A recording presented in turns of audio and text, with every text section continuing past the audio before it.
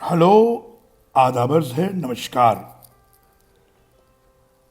Idea generating studio के एक और फिल्मी एपिसोड में आपका हार्दिक स्वागत है।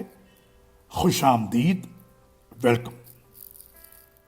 आज हम जिस अदाकारा के बारे में बातचीत करेंगे उनका नाम है स्मिता पाटिल। हिंदी सिनेमा और मराठी थिएटर का एक अहम नाम। स्मिता पाटिल का जन्म 17 अक्टूबर 1955 में पुणे शहर में हुआ और उनका देहांत 31 साल की उम्र में 13 दिसंबर 1986 में मुंबई शहर में हुआ।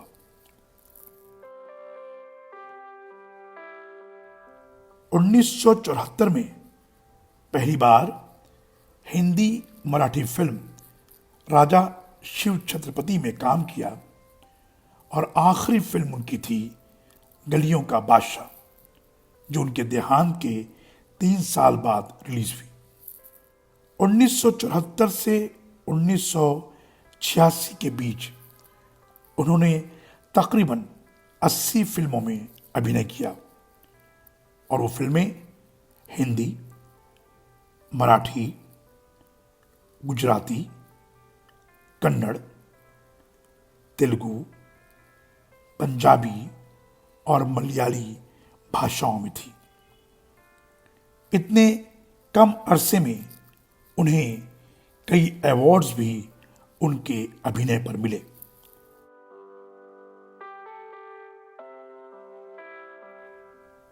उन्नीस सौ 77 में उन्हें फिल्म भूमिका के लिए नेशनल अवार्ड मिला और 1978 में मराठी फिल्म जयत रे जयत के लिए नेशनल अवार्ड। 1980 में चक्रा फिल्म के लिए नेशनल अवार्ड मिला और 1981 में मराठी फिल्म उम्बरठा के लिए उन्हें फिल्म फेयर अवार्ड से नवाजा गया। 1982 में चक्रा फिल्म के लिए फिल्म फेयर अवार्ड से सम्मानित की गई। 1985 में पद्मश्री के एजाज से नवाजा गया।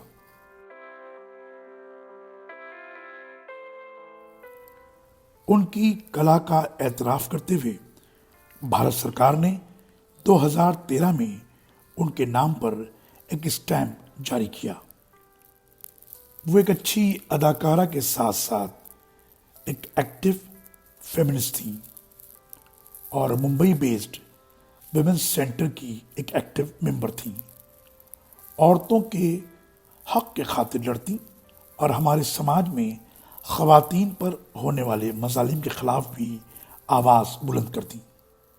स्मिता पाटिल ने 13 दिसंबर 1986 में राज बब्बर से शादी की, जिनसे उन्हें एक बेटा भी है, प्रतीक बब्बर।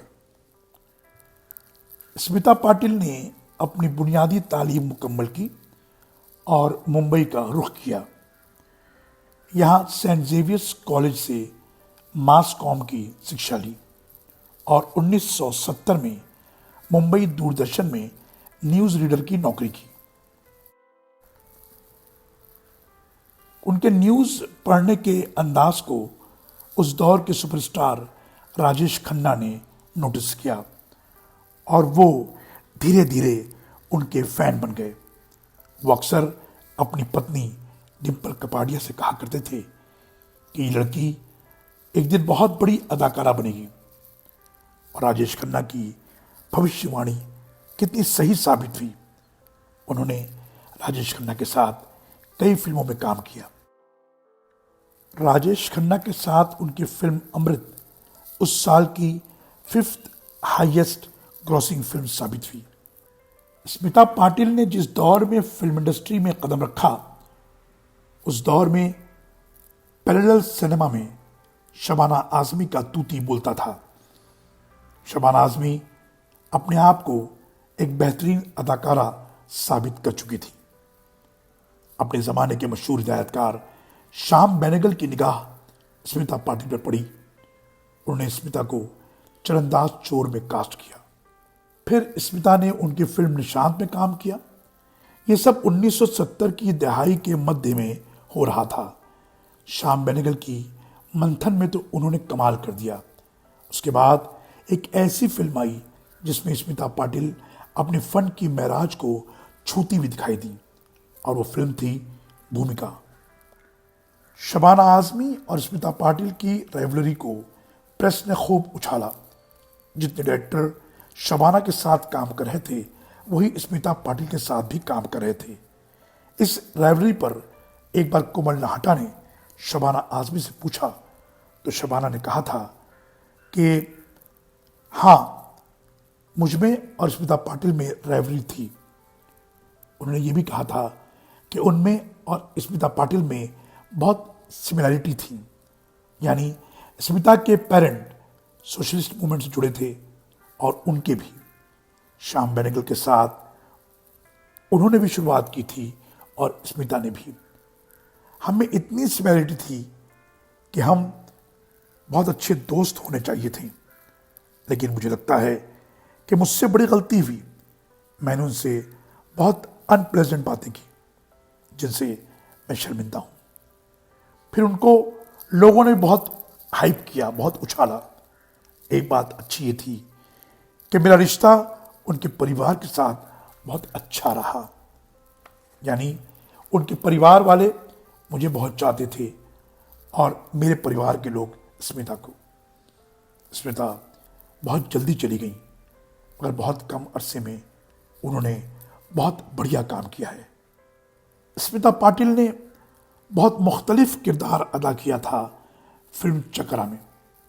उस फिल्म के किरदार को हकीकत का रंग देने के लिए उन्होंने मुंबई की कई झुग्गी बस्तियों के चक्कर लगाए। उस फिल्म में उनके अभिनय की बहुत प्रशंसा हुई थी। स्मिता पाटिल की सबसे बड़ी खूबी ये थी कि वो किरदार को हकीकत का रूप देने के लिए उसमें बेपनाह मेहनत करती, और जो ही वो किरदार अदा कर लेती वो स्मिता बन जाती। उन्होंने मराठी नाटक छिन्न में काम किया था, जिसको डायरेक्ट किया था सदाशिव अमरपुरकर ने। चश्मदीद गवाहों का कहना है कि जब वो स्टेज पर आई तो छिन्न के किरदार दिखती, और जैसे ही वो एग्जिट लेती वो स्मिता पाटिल बन जाती। यानी ये महसूस ही नहीं हो पाता था कि ये खामोश और शांत औरत वो है जिसने अभी अभी अपने माँ के साथ आर्ग्यूमेंट किया है, या जिसने अभी अभी अपने पति को मसाला पीसने की सिल उठाकर मारने की कोशिश की है। स्मिता एक अरसे तक पैरेलल सिनेमा का हिस्सा बनी रही, और जब उन्होंने कमर्शियल फिल्म का इरादा किया तो उन्होंने इस सदी के महानायक अमिताभ बच्चन के साथ काम किया। अमिताभ बच्चन और उनकी जोड़ी को फिल्म शक्ति और नमक हलाल में खूब सराहा गया। नमक हलाल का सुपरहिट गाना जब शूट हो गया तो स्मिता पाटिल बहुत रोई, फूट फूट कर रोई। जब अमिताभ बच्चन ने उन्हें समझाया तो उन्होंने कहा कि मैं फिल्म इंडस्ट्री में ये सब करने थोड़ी आई थी, मैं तो अपनी कला दिखाना चाहती थी। अमिताभ बच्चन ने कहा कि ये गाना बहुत खूबसूरत बनकर आएगा, और हुआ भी यही। उस गाने को दर्शकों ने बेहद पसंद किया। अमिताभ बच्चन के साथ उनका रिश्ता बड़ा अजीब व गरीब था।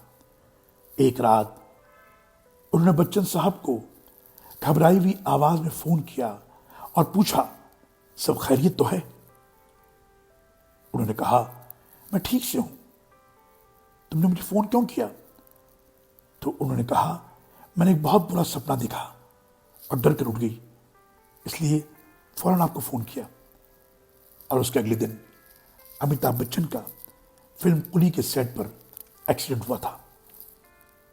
स्मिता पाटिल उन खुशकिस्मत हीरोइंस में से एक हैं जिन्होंने उस दौर की सबसे बड़ी film, multi star cast film गुलामी में काम किया था।